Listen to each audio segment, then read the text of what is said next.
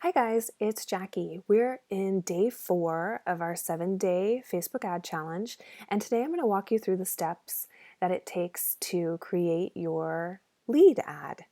I think that the easiest way for us to do this today is going to be to go right into your Facebook page, and if you have your account already set up, you should be able to drop down in this arrow here and say create ads. Okay, so I'm going to assume that everyone has their ad account set up already, and we're going to create ads. Now this is from my personal account. This isn't from my marketing business account, so you're not going to really see anything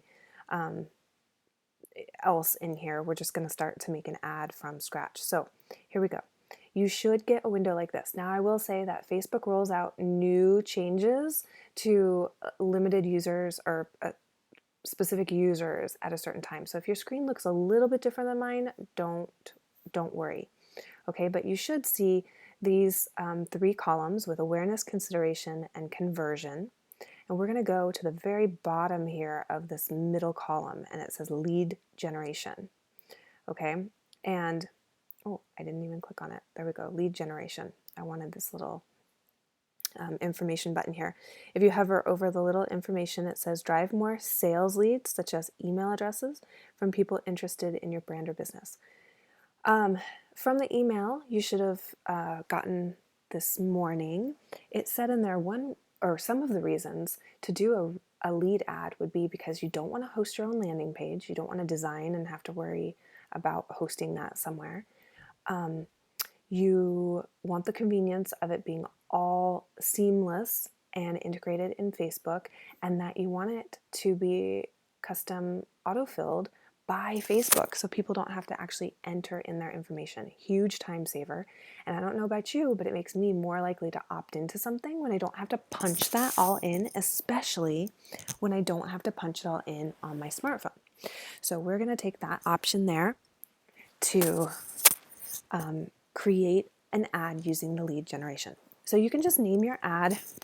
I'm just going to go with the default that pops up in here since this is just a test, and put this in, and we continue. Okay, when you first come in here for your lead ad, you're going to have to view the terms and accept the terms of Facebook's lead ad. So it won't let you continue with your ad at the bottom of the screen until you do that. So just go ahead and do that now. And then we're going to scroll down here and go into our audience. And of course you want to make sure that right here, I guess that would be wrong. We want to make sure that we have selected the correct Facebook page. I don't want to do the tennis club on accident. Okay, so when we go into our audiences, we're not going to worry about custom audiences. That would be an advanced technique, too advanced for our 7 days here. But you can start targeting location, age, gender, and language. And the most important ones, I think, if you're a local business, are obviously going to be location. So I'm just going to choose Bellingham, Washington, because, oops, that's where I live. And it's choosing plus 25 miles. I know that I'm probably only going to do a 10-mile radius, okay? But if for some reason I did want to target up here a little bit outside of the radius, I can click on this drop pin here, and it's going to give me a new radius, okay, right there. And it also copied in that 10 miles. Let's say for that one though, I only want a 5-mile radius. Boom, there you go. Okay, you can drop pins wherever you want, so specific neighborhoods or larger areas, that all works, okay? And as we go along here, I'm just going to make up a fake ad. So I'm just going to say that my age range for my audience is going to be 25 to 45. They're going to be women. For my ad, I'm not going to worry about the language, but let's just say that for my targeting, let's say that my ad is going to be geared toward a cycling program that I'm running. And so some of the things that I found when I was going through audience insights from that video yesterday was that people that are into SoulCycle and cycling programs like that like things like Whole Foods, So I'm going to do the Whole Foods Market. You know what? I think Trader Joe's would be a good option as well. I think, let's see, Lululemon was one, and Nordstrom was one. Now, I just want to say that when you're setting an ad up normally, I would not tell you to put all your interests into the same ad like this. Because what happens is we'll never know if someone's clicking on this because they like Lululemon or because they like Nordstrom. We'll never know really, not how to optimize, but we'll never know in the future how to make this ad better with the targeting, because it could be any of these options are the reasons that someone saw this ad. Hopefully that makes sense. Okay, so in an advanced ad, what I would do is I would tell you to break these out into all separate ads. But today, we're just trying to get the most bang for our buck. So you could totally just go with zip code and age and gender, or you can start putting in as many of those interests as you found in audience insights and maybe even competitor brands. So let's say that I am starting a cycling class, but I do have a SoulCycle near me.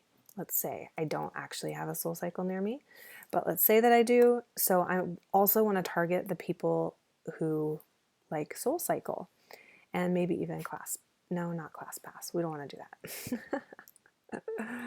Okay, so I've got a couple interests in there that I think all kind of relate to my audience here.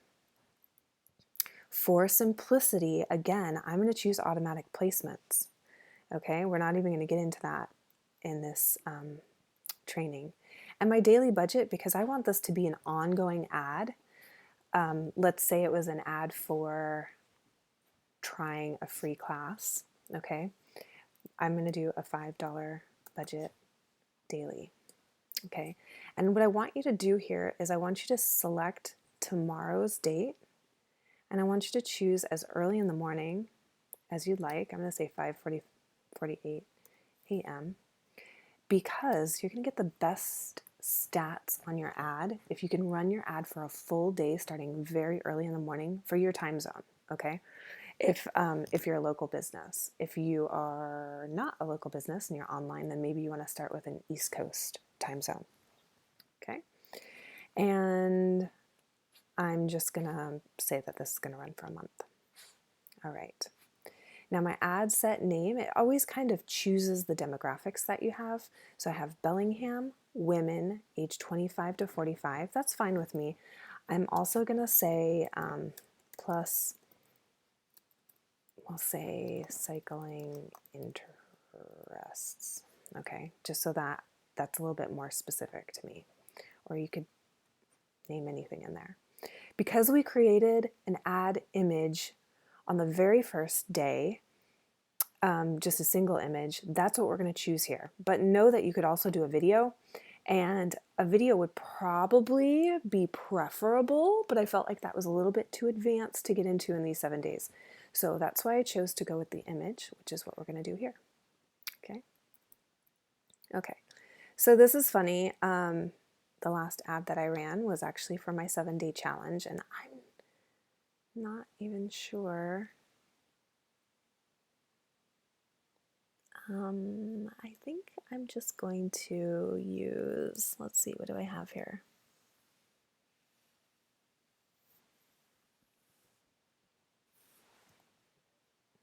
This is not related at all. This is just an image that I'm plugging in for an example.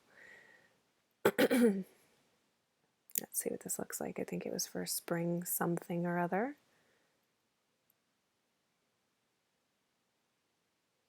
Early spring session. Okay, that's not the image that I want to use, but just for the sake of time here, that's what we're going to choose, okay? So now we get into our copy.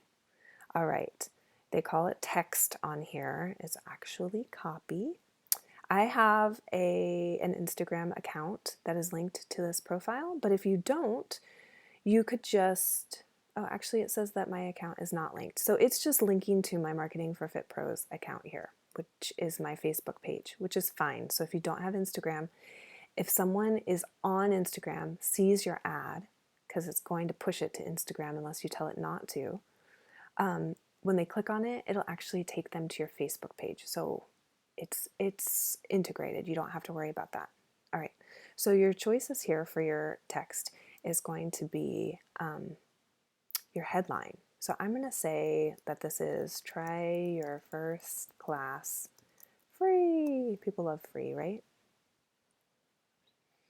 And then you can see that my headline changed. That's the text that's larger size right below your image, okay? And then the text box, this is always what threw me off. This is what actually goes above the image. Why doesn't Facebook put this stuff in order? I have no flipping clue. But here we go. Get a jump on spring. Spring, start your workout now. Something like that. Okay, I didn't plan out this text for this demo actually, but I just want you to see what it looks like. If you're going to use more than one line of text above your image, this is what you need to do. Short sentences with line breaks. So if you have a second line of text, this is my second line of text. You want it to have a space in between, okay? Much easier to read than going like this. Well, actually, that all appeared on one line.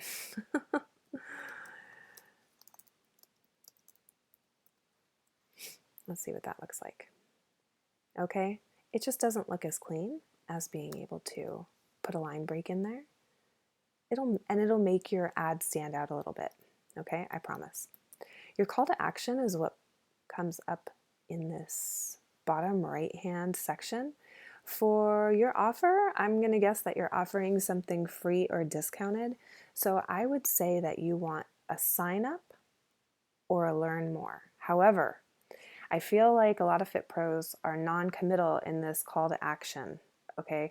And it's important that you make your Facebook reader understand what it is that they're clicking on. So for me, I know that if I say that's a sign up button and they click on sign up, that when they submit their information to me, that they are actually getting the thing I'm offering. They're actually getting registered for something, or that when they click for the free class, I'm actually going to follow up and call them and ask them to come in for the free class or something like that. If you just put learn more, they might just be looking for more information, which is fine. Just be very clear as to which call to action you want to use based on what action you actually want them to take. Okay, and then your newsfeed link description. That's the section that goes below your headline, and that's what says this is more detail about your offer. And I'm just going to put that for right now. You'll find ads that go on and on and on with that newsfeed link description. And then I'm going to say JackieEllis.com